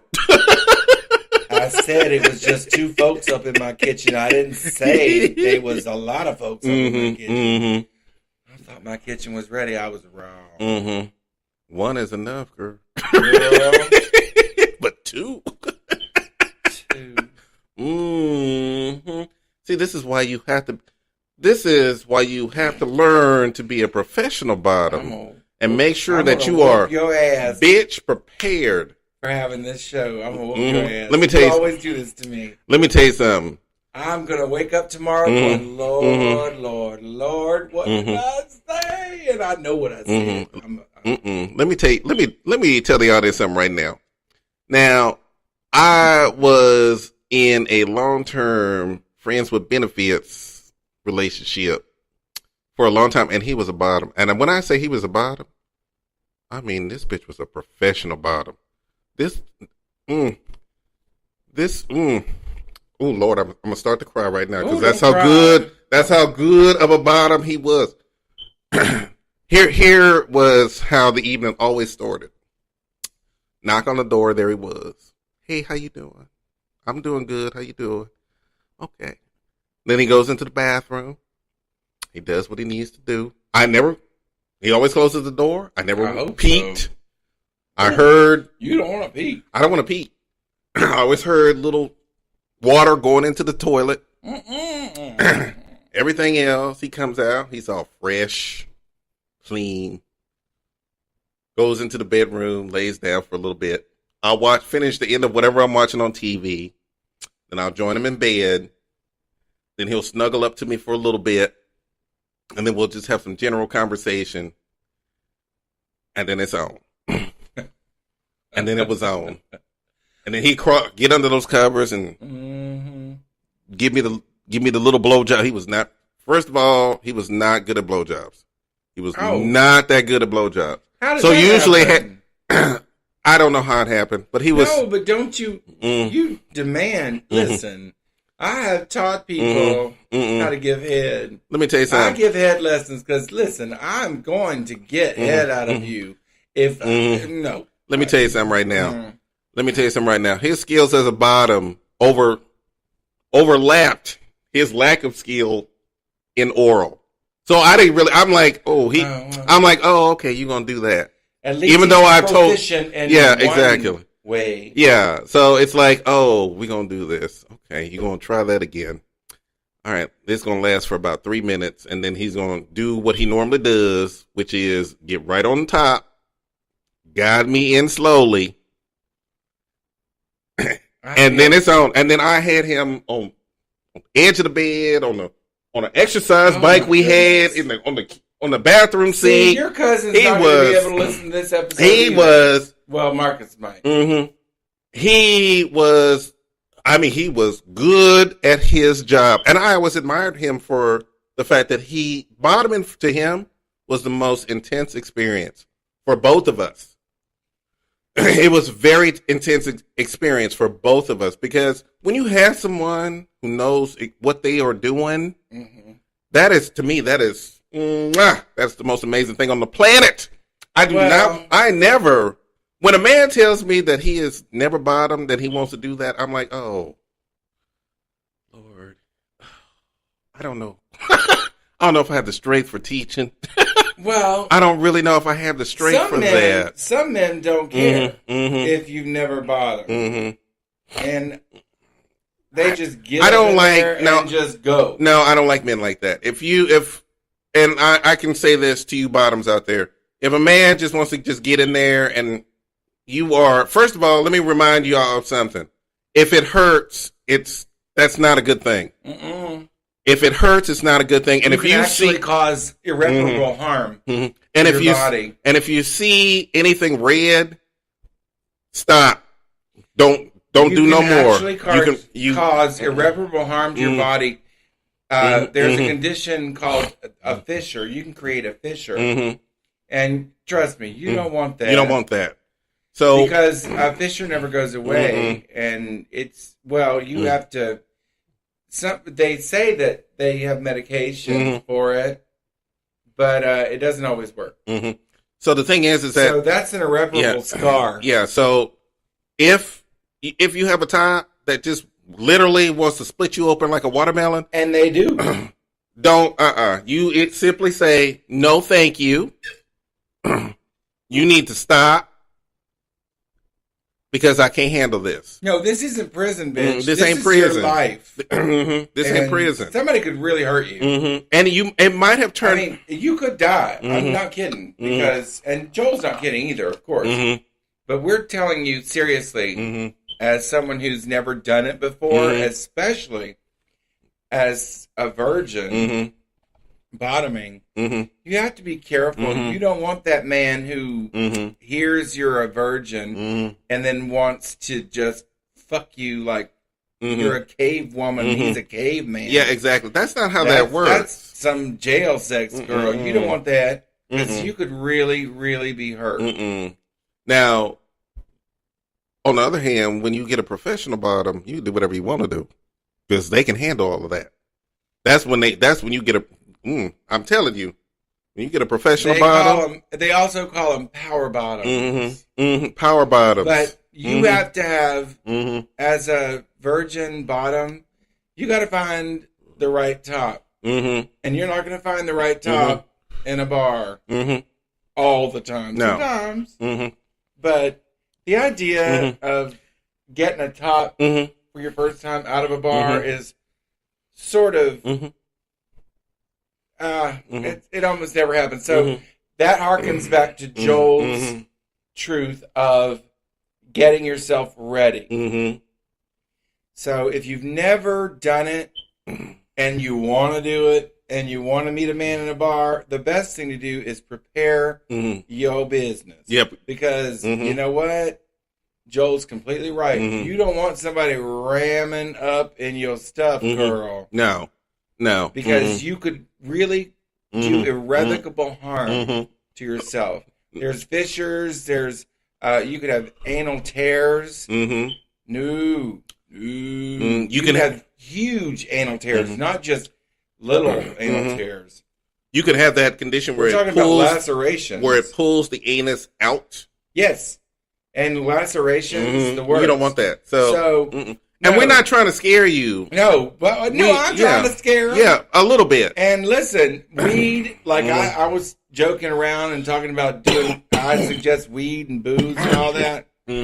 I'll be perfectly honest with you. The men that I was with sent me home with, before we did it, sent me home with a dildo that I could use to prepare myself. Now, see, were very nice men. That was a very nice... They're very nice men. And then there were also other preparations like Sade and weed and booze. A little relaxation. And some poppers. And the fact that one of them was eating my toes at one point during it. And licking my business. Girl, you always want to... Were you getting that kitchen floor mopped, girl? You were getting that kitchen floor mopped. I had it mopped. You had it mopped. And a good mopping will relax everything. So don't get it twisted. You don't want to come to the show unprepared. I was prepared. And I was sent home with stuff. These were very nice men. And you know what? I'm still in love with them. And they were in their 30s, and now I'm 51, so heaven knows how old they are. Girl, I can't count. You know me. I'm dyslexic as hell. So I was 18. Well, they would only be 62. They would only be 62 years old. Well, I know Maury Connor. If you ever hear my voice, Maury Connor, call me. Because he was the one who was, all he did all day long was paint. He was an artist. He painted and lifted weights all day long. That's all he did. But I know, he was beautiful. I know as with my experience as a top, having a bottom who knew what he was doing and who took the time to tell me what to do too. Communication is important. Oh, well, I've never... Communication, yes. No, I was about to say I've never not communicated when I'm in bed. Yeah, exactly. Like I told you, sometimes you have to teach a man how to suck a dick. Bitch. I'm always... Well, his ass was so good, I just went, oh, well, whatever. Just do your thing. I just won't get to the ass. I just want to get to the ass. Whatever you doing down there, you know you don't know what you're doing. You know where I'm going. You just revving up. You just starting a car. I know how to suck a dick though. Dick sucking mostly is the love of suck, lick, look, lick. I almost said lick. Look. Dick sucking is about the passion of sucking a cock. I will tell you this. There was one moment where I told him, I said, you are not really good at sucking dick. I don't even know why you continue to do it, but you are not good at it. And he's like, well, what am I? He goes, well, you're kind of thick, so it's a little hard for me to do that. And I'm like, oh, really? So what I did was, let me show you how to suck a dick. Oh no. And oh, you blew him? I blew him.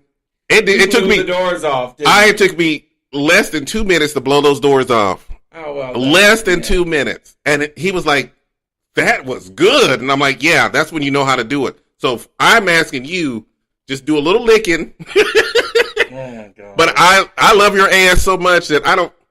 Let's just get to the ass. Oh have we had enough of this? I'm blushing. Let's just get to the ass. I'm blushing. We've had enough of this conversation.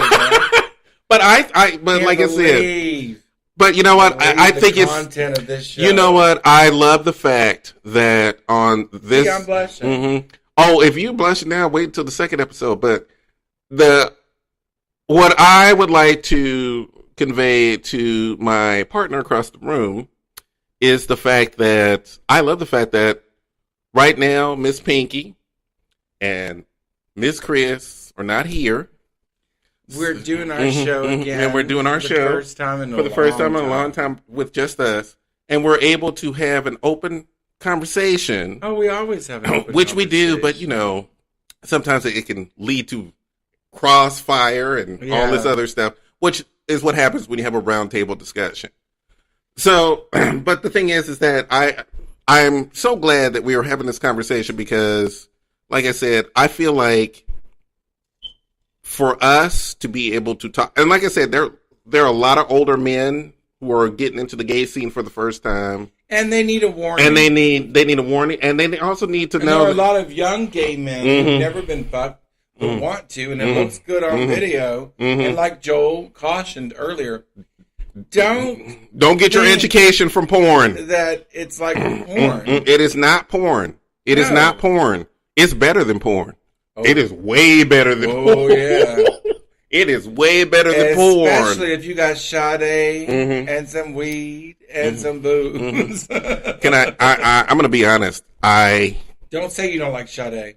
No, I like Sade, but I actually like listening. It's not Sade. I actually like listening to heavy metal music when I'm okay. I'm going to say this. I like listening to heavy metal music when I'm fucking. Oh, I like the hard edge. I like the.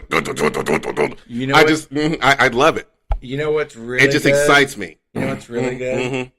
I'm not kidding. And I want you to try it. I'm not kidding. If you don't fucking try it, you're gonna regret it. Okay. The soundtrack. Wait for it. The soundtrack from Excalibur. Bitch, it's good. Excalibur the movie? Yes, the original film. Really? Yeah, you got those people in the background. I would never think that.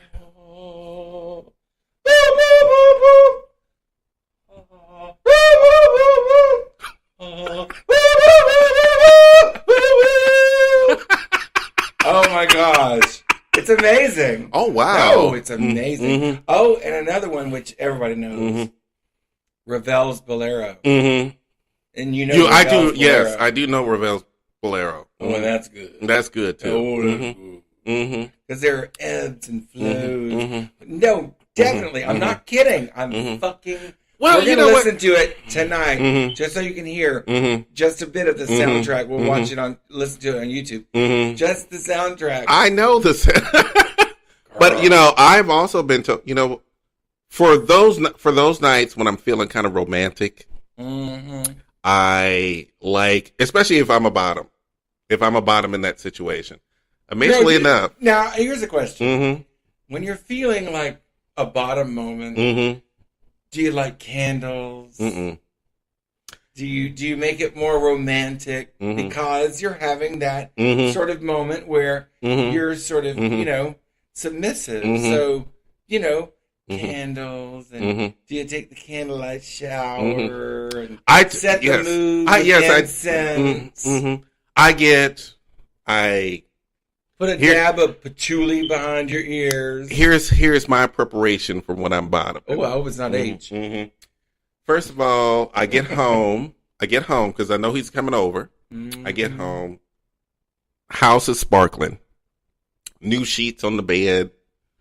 Everything's fresh. Take a nice hot bubble bath.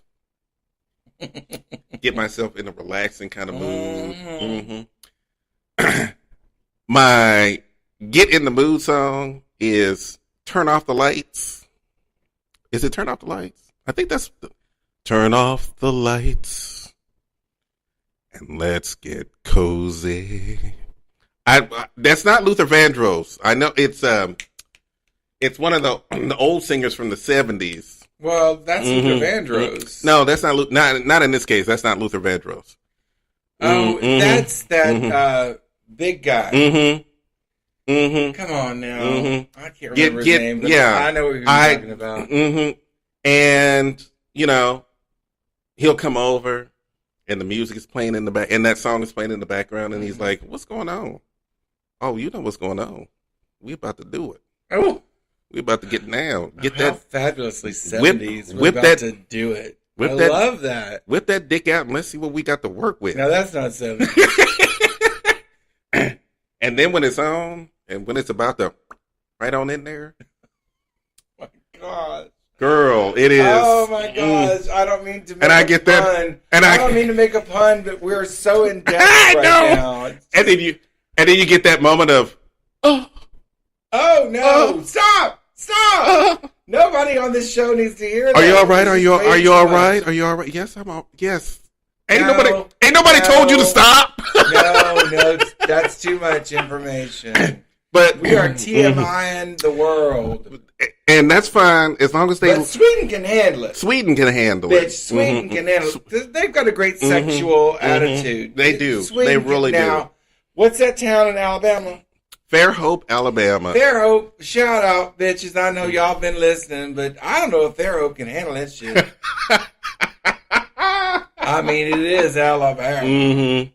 Do you find, speaking of which, do you find that Southern tops are a little bit different than Northern tops when it comes to? I have to say, in my mind, and this is the truth, I've been with men from France. I've been with men from Japan. I've been with men from China, Mexico, Cuba, El Salvador. Oh, El Salvador is my favorite. An American Indian. Oh, yes. Oh, yes. Oh, yeah. Oh, yes. An Indian from India. Lord. An Egyptian. Girl, I've traveled almost all around the world with men. But I don't think I've ever slept with a Yankee. What? No, I don't think I have. I slept with a New Yorker, and I slept with someone from Mobile, Alabama. Oh, Mobile. That's Mobile, nice Alabama. That's a nice town. Which I think Fairhope is like a suburb of Mobile, I think. When I looked on the map, because I'm like, Fairhope, Alabama, I don't know where this is. When I looked on Google Maps, and I'm like, oh, it's right outside of Mobile. It must be like a little beach suburby town or whatever.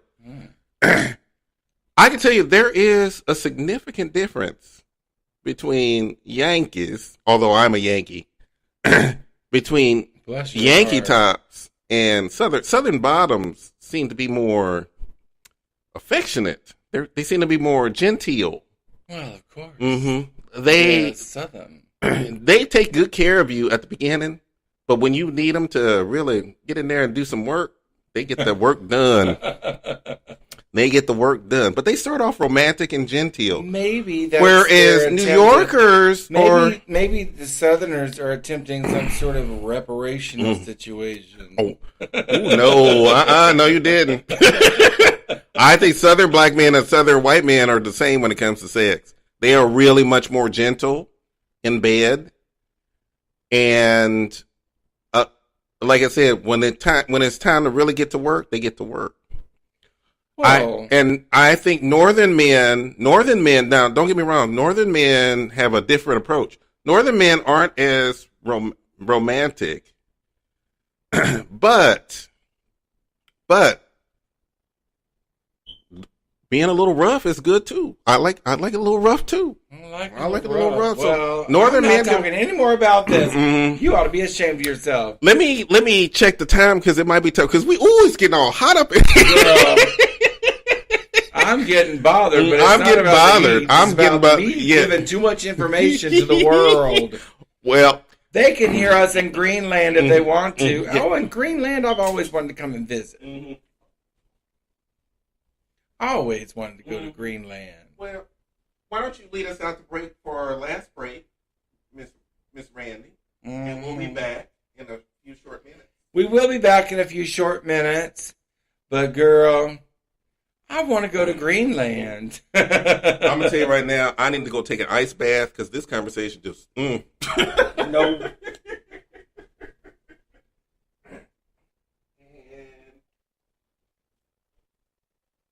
Well, here we are. We're back. Girl. And I'm hoping that the next segment is a little more tame because I don't know how much more of this sexual talk I can take. Okay, first. But I'm trying to use expressions like business and all that, but it still didn't work because it's still all the same goddamn thing. G-O-T, by the way, never G-O-D. Well, we're about to do some booty shaking. Booty shaking. This booty is not, girl. Booty shaking. And let me explain to you booty shaking.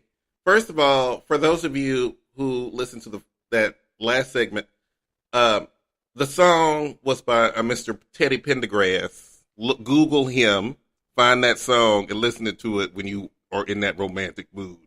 That's all I'm going to say about that. What is the other singer's name, though, who sang, "Now, darling, I can't get enough of your love, baby"? That's what I thought it was. No, what was his name? Oh, Barry White. Barry White. Barry White. Barry White. That was Barry White. Barry White was everything back then. No, this is 80s. This is Teddy Pendergrass. And I used to listen to that song as a kid, secretly in my bedroom late at night, because stepmother number 2 was a Baptist terror. Ain't nothing wrong with being Baptist. Was a Baptist terror who would not allow us to listen to worldly music. We had to listen to nursery rhymes and Christian music. So every night before we went to bed, she would put it on the Christian station, which is that FM dial all the way to the back. You get past 104 and you go all the way to 107, all this other stuff, and it just just boring Christian music.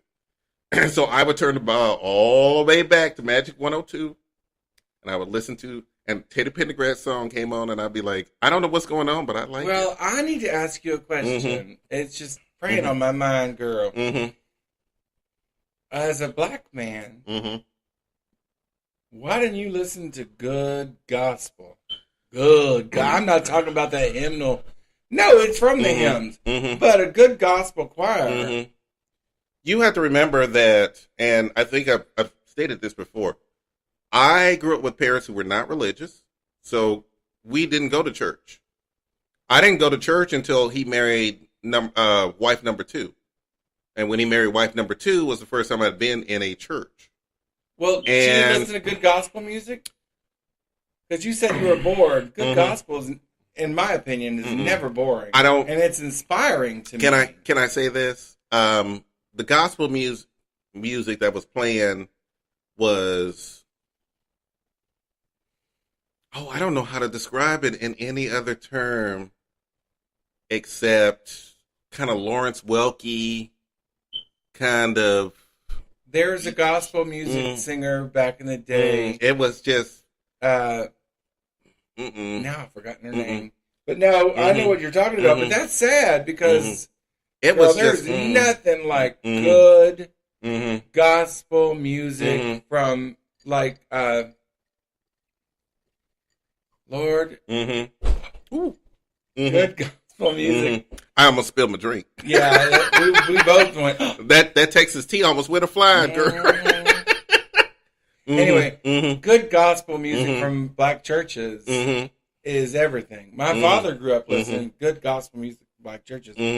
And it is inspiring. And, honey, Shirley Caesar. Now, I know who Shirley Caesar is. And like I said, I learned all this from stepmother number 2.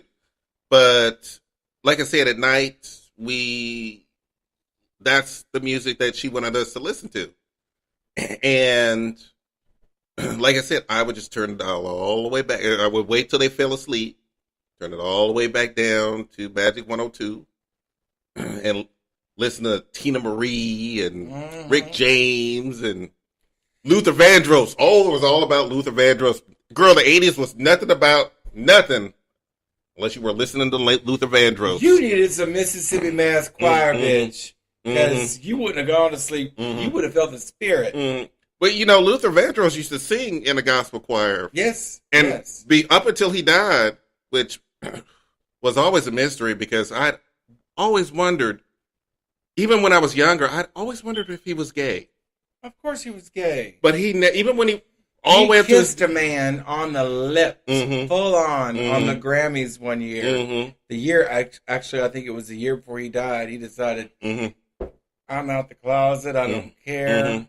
He kissed a man full on the mouth at the Grammys. I was like, thank you, Luther. But he never, ever came out. No, he never came out. He never came out. Even up to his deathbed, he never came out.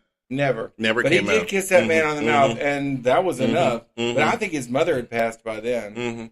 I don't think he would have done it if his mother hadn't passed. That's supposition, because I'm not, I don't know. Yeah, exactly. So we're in the booty shaking segment of the show. And I call it booty shaking because we get to talk drama. We get to talk what's going on. And, the whole Tatiana thing is, why is it Tati Westbrook and... Who? We talked people. The makeup people who are having this fight on YouTube. Oh, yes. Girl, they still fighting back and forth. It is still going on. They're just doing this to get more people to listen to them. Oh, my God. Y'all, don't drink the Kool-Aid. These motherfuckers are getting money like you wouldn't believe from YouTube behind y'all's interest in their fucking problems. And guess what? Their fucking problems don't amount to a hill of fucking beans. But I gotta say, it's the best soap opera I've ever watched. And I haven't watched a good soap opera in years. Y'all ought to know me by now if you're regular listeners. I don't know nothing about birthing no babies, girl. So, that's my way of saying, I don't know nothing about no internet shit. I don't, bitch, I don't know nothing about birthing no babies, Miss Scarlett. This coming from the queen who likes to go to YouTube, listen to thunderstorms at night. That's what I like. That's what I use YouTube for. Thunderstorms and episodes of Carol Burnett. Joel was in here earlier, and I come in here early in the day before the show, and Joel came in from his bedroom, and I was watching an episode of The Family from the Carol Burnett show, which is some of the best material ever. I would like to say that still holds up to the day. That was the most dysfunctional family from the 70s. And when you watch it now in 2019, you can't help but laugh and go, wait, I know a family like that. This day. That's why Carol... To this day. That's why Carol Burnett's a genius. She wrote... Carol Burnett and Harvey Korman and Tim Conway all got together and wrote those skits, is what they call them. Oh, by the way, if y'all don't know who Carol Burnett is... Then something's wrong with you. Just Google it, because we are not about to explain. We don't have the time, energy, or the strength. Just Google it. She was... the queen of variety shows. She is a pioneer as a comedian, a woman, and she used to call herself a comedian because that was back in the days of Women's Lib and stuff like that. But she was a pioneer, and she's still alive. Thank God. But, she's brilliant. And y'all need to go back and just go on YouTube and look up the Carol Burnett Show and watch the full episodes. But definitely, they have a category on YouTube for the family skits. Definitely watch those because they're brilliant. And Vicki Lawrence, woo, girl, as Mama, I've never laughed so hard. I'm gonna bring this up. We have now the last maybe episode or two. We kind of dissed Madonna a little bit, and well, you know how I feel. I saw her acceptance speech at the GLAAD Awards. Oh, I didn't see that. I saw it on YouTube. I have to look it up on the YouTube. Yeah, I saw it, and it was such a touching speech. And this is a woman who can be cold as ice, according to most of the people who are around her. Oh, yeah. We don't know her, so we're just going by what we know. I don't know that bitch. Yeah, so to see her do such a wonderful and touching speech at the GLAAD Awards made me think, your last album, your latest album, not that great.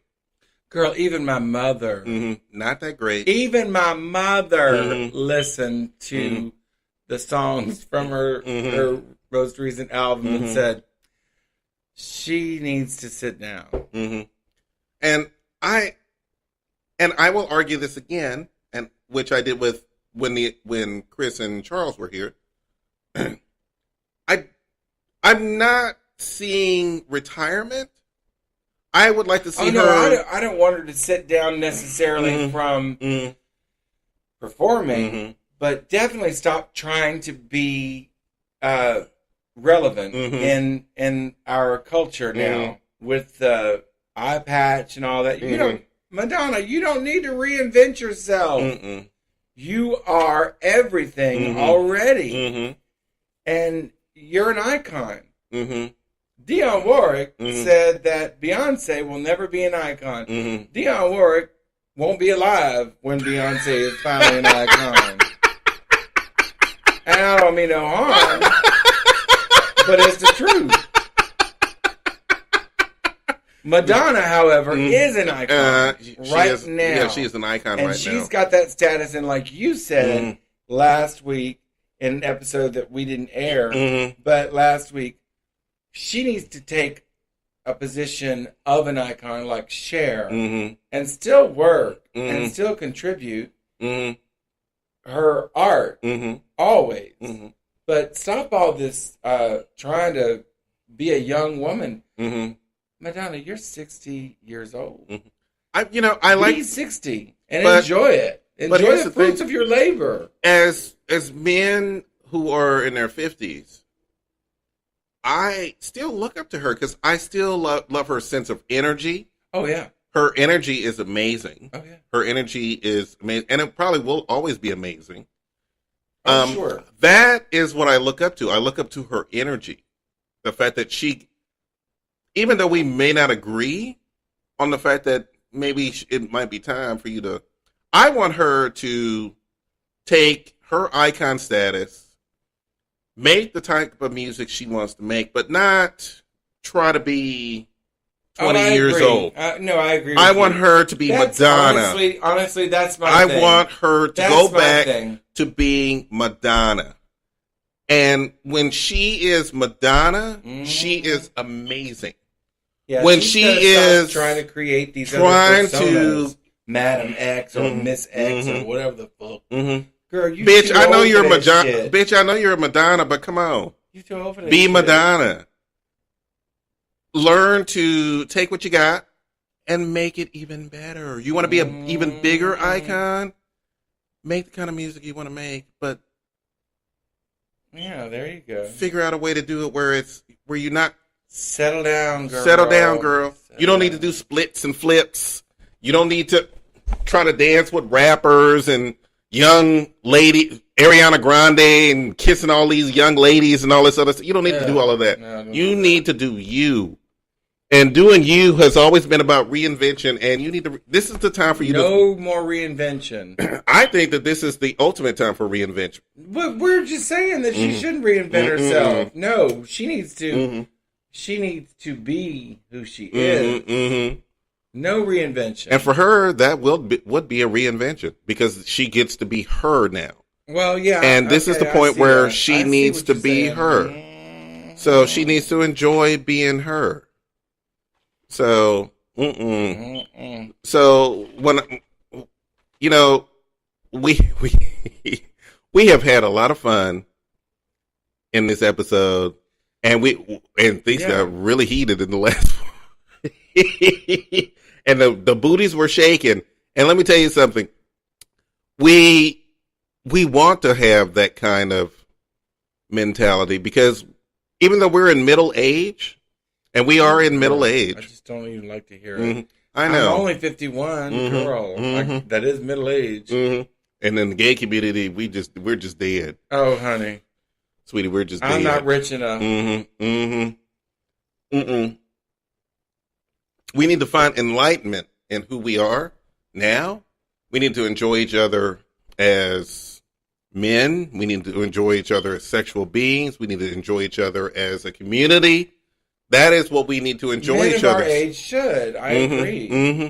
And I would like to meet a man of my age that would like to be that person. Mm-hmm. You know, I just don't put myself out there. Mm-hmm. And maybe I will. Mm-hmm. Maybe soon. Maybe soon Joel and I are coming to a bar near you in Houston. Mm-hmm. And we're going to bring those other two tricks.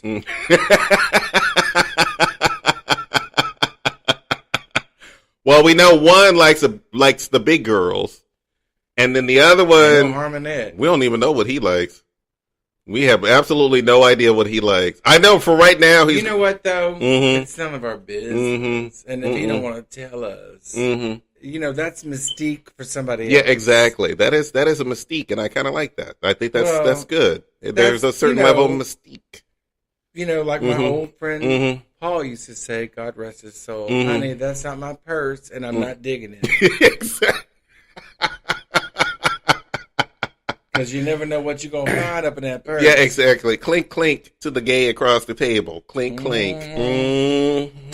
Yes, ma'am. But I love him. And I love him. I love both of them. I think they're pretty fucking fabulous. They are. They are two of the most fabulous co-hosts we have ever had. And we've never had co-hosts. We've never. Yeah, exactly. First. They're the so first. We miss those motherfuckers. But we're having just as much as a good time. Still, we will move on. We will move on. We gonna move on. And listen, I don't mean no harm. Go I'm ahead. about to tell you something. Ooh, you don't. You know when the words I don't. When the words I don't mean no harm. Listen, harm comes up. Everybody's wig off, and we might listen, pop it off, girl. I have the Lord, so I ain't worried. But for the rest of y'all who don't have the Lord, guess what's happening? Former U.S. defense official Chris Mellon has said UFOs are real. UFOs are real. Oh, the booty is about to shake now. Listen, shake it all you want to, bitch. Listen, don't shake it too much because it might look delicious to the aliens. Because they coming down, they making us slaves, or they eating our asses. You know. Wait, I'm not done. Oh, go ahead. Listen to this. Because I have something along the same vein. Go ahead. No, you have not. Yes, I do. Go ahead. Information. Oh, no, I have something along the same vein. Go ahead. Ain't no vein to this. Go ahead. You might want to open a vein because guess what? Your food or your slave. Because, bitch, this bullshit about E.T. coming to cure cancer ain't happening. These motherfuckers are here. The government has finally decided to tell us the truth. Girl, I'm not kidding you. It's the truth. And here's what's happening. UFOs are real. Navy pilots see them nearly every day. Navy pilots are on record and they're frustrated and are asking what can be done about unidentified flying objects, which are not our government's flying objects. Because guess what? Navy airplanes, or any other government's flying objects? No. That's what I'm talking about. Because the Navy pilots are nearly colliding with, there's so many right now that I'm not playing with you. I know. They're nearly colliding with them over Air Force bases in this country. And ain't nobody talking about it. Okay. But they talking about it now, girl. So... And then he goes on to say, something must be done.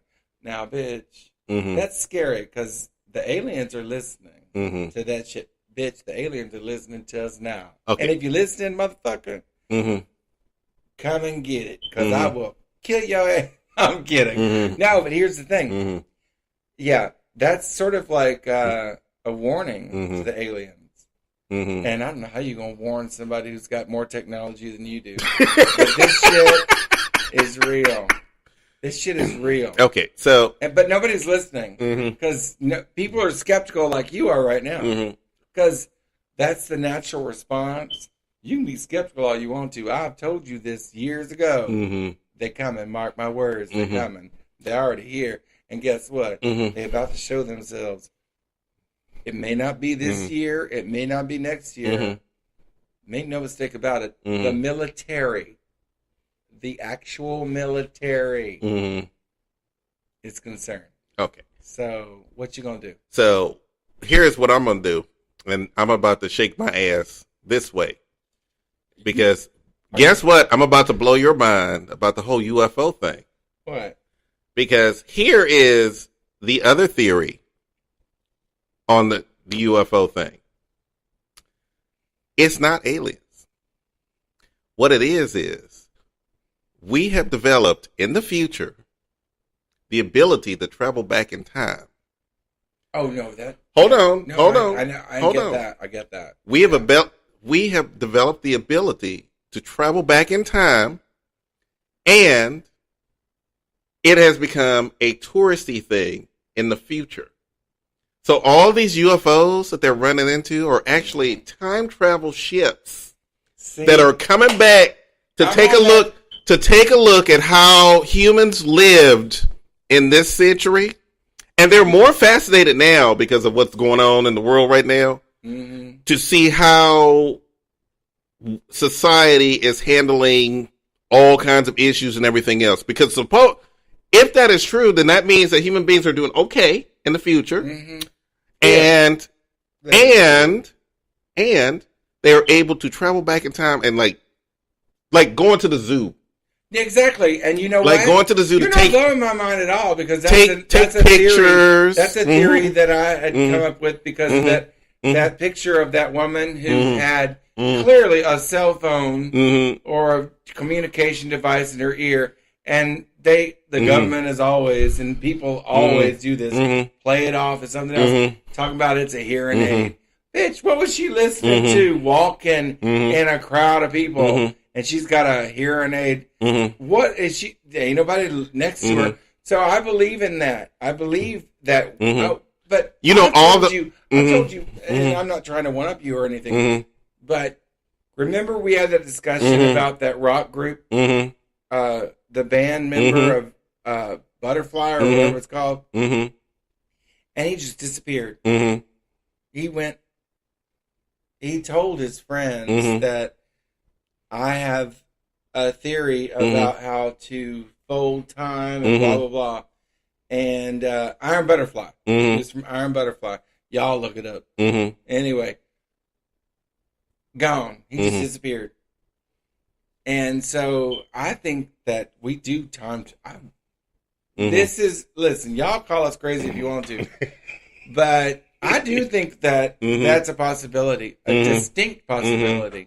I honestly do think that we're going to find out one way or the other. We're going to find out one way or the other. Because now, guess what?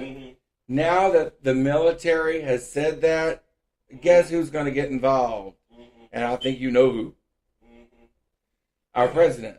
Because our president has heard this man say, we really need to do something about this. So our president is a big mouth. For sure. And he's nosy as hell. Yeah. But that's okay. I don't mind. I don't mind his big mouth. I find it entertaining. I told you he was going to be entertaining when he was voted into office. But now this motherfucker is going to get involved because it was on the news. So. Well, Randy, we have made it through another episode. Blessed. And you? And we are going to call episode 68 done because we about to work on episode 69, and 69 is all about 69. You know, 69 is nice because everybody benefits. Yes, everybody benefits, and when it's 69, everybody benefits. Well, unless you've got a selfish other partner. Well, we just did 68, so that was a selfish partner. You know what I'm talking about. In a 69 situation, you might have somebody who goes, I'm done, when he's done, and then you left hanging. And you know what I was saying when I say hanging. So let's call this a done deal. Done. We're done, bitches, because we're done. Bitches, guess what? They coming. You either gonna be a slave or food, and I'm hoping for food personally, because bitch, I can hardly get out of bed, much less do hard labor. And he is some motherfucking aliens. And he is too lame to do any housework. So, bitch, I have a disability. I know. I'm crippled as hell. I'm crippled as hell. So let's call this a done deal. And we gonna get to work on episode 69. So we will see y'all later. And have a nice evening, I guess. I don't know what to say. I don't know. Other than watch the skies, because they coming, bitch. Thank you for listening. Thank you for listening. And we will see y'all again later. Literally. Well, next week. Next week. And Joel's trying to do another episode behind this one. We're going to see what happens with it. All right. Let's go, girl. All right. Hey, I love you, Sweden.